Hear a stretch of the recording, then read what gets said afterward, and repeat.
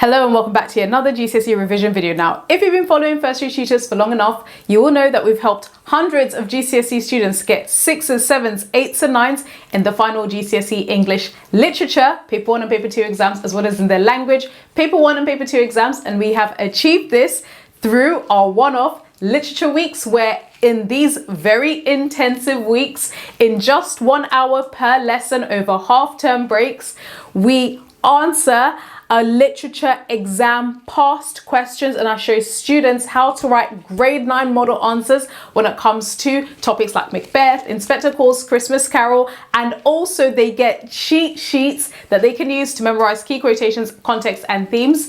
But also we have achieved this through my Sunday weekly GCSE Language Paper 1 and Paper 2 masterclasses, where every single Sunday at 5 to 6 p.m. my students and I go over and answer an AQA past paper questions. We are on the road to getting 6s, 7s, 8s and 9s in the final GCSE Language Paper 1 and Paper 2 exams through consistent practice in the past paper questions. And of course, they get the grade 9 model answers that I write, which they can use to revise. But of course, guys, also lots of you have achieved amazing results in your exams through our channel on YouTube. Now, what I want to do within this lesson as we gear up to the final GCSE exams is to go over the top and the, in my opinion, #1 mistake that I see students make every single year that leads them not only to lose marks, but ultimately fail in the final GCSE English exams. What is this top mistake that I see GCSE students make every year? And also right now, as we're in the final stretch, the final GCSE exams, start asking yourself critical questions, okay? You can look at this video and think, oh, okay, you know, maybe I'm kind of guilty, maybe not. What you need to start doing, by the way, guys, at this stage is start actually critically looking at your study pattern, at your routine, and ask yourself genuinely, am I making this mistake? If I am, I need to change this approach right now. Otherwise, I'm facing failure, I'm facing low marks in my final GCSE English exams. What is this top mistake and the worst error that GCSE students make every year that they don't even realize is going to cost them marks? The worst GCSE mistake that I see students make every single year is they literally waste all their time, all of these weeks, the final GCSEs, reading and rereading and rereading their plays, their novels, their poems, okay? Obviously, GCSE Literature Paper 1 and Paper 2 exams are very challenging because there is so much content to learn. There's so much to go over. And at this stage, most schools are done teaching these poems, plays, and so on. They should be, to give you guys enough time to actually practice your past paper questions. Now, what students tend to do is they tend to feel like, oh, I need to read again. You know, I went over it in class. Maybe I wasn't paying enough attention. And now what I'm going to do is I'm going to reread Macbeth. I'm going to reread Christmas Carol, going to reread Romeo and Juliet. I'm going to reread my poetry anthology about 10 times so that I know exactly what happens line by line. This is the biggest mistake that will cost you marks in your final GCSE exams, because #1, the more time you spend reading and rereading your play, novel or poem, this is less time you are spending on practicing actual past paper questions. And that is why in my half-term GCSE Literature Week, which we're going to be going over Macbeth, Christmas Carol, love and relationships, poetry, literally Literature Paper 1 and Paper 2 exams, the core focus of that lesson is past paper practice and getting that grade 9 model answer, because one of the things that I'm going to emphasize to all of my students, and I consistently emphasize it to my students, is the more you spend time, and in all honesty, the more you procrastinate by reading and rereading and rereading your novels, plays, poems, you are then not practicing past papers and thus not learning how to pass your exams.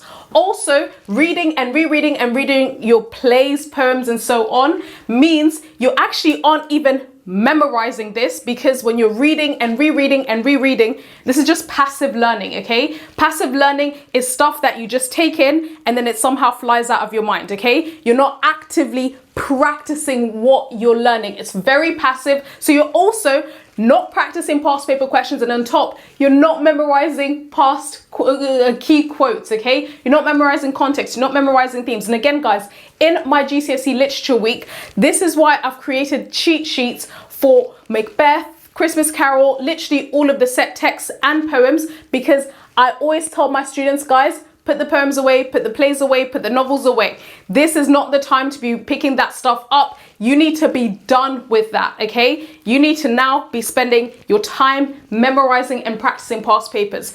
And also another reason why this is such a terrible strategy, and students do this every single year, and then they become amazing at memorizing and remembering what's happening in Macbeth, what's happening in Romeo and Juliet, but then in the final GCSE exams they're still getting 2s and 3s, is because examiners don't actually care how well you know the poem, how well you know the play, how well you know the novel, okay? Examiners don't test for that. They don't test to see, okay, do you know exactly what happened in stave 1 of Christmas Carol word for word? Do you know what happened in act 2, scene 5 of Romeo and Juliet? They don't actually care. They don't test that. What they want to know and what they care about, and this is where the marks reside, is can you answer the exam past paper question? Can you answer the actual question that's in front of you using the keywords that are presented in front of you, and analyzing it, weaving in stuff like context, stuff like themes? Can you also obviously spot context, themes? Are you able to do this and synthesize all of this with whatever question you are given, okay? So remember, guys, that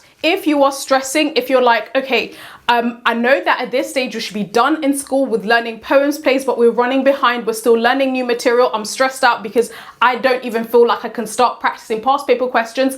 Don't worry, guys, okay? So in my GCSE Literature Week, the reason why I've put together that cheat sheet, right, with the plot summarized for the poem, play, and so on, but also the key quotes and themes, is because that is literally your document that you can use to firstly get up to speed and literally know what's happened in the poems or know what's happened in the plays and novels and so on.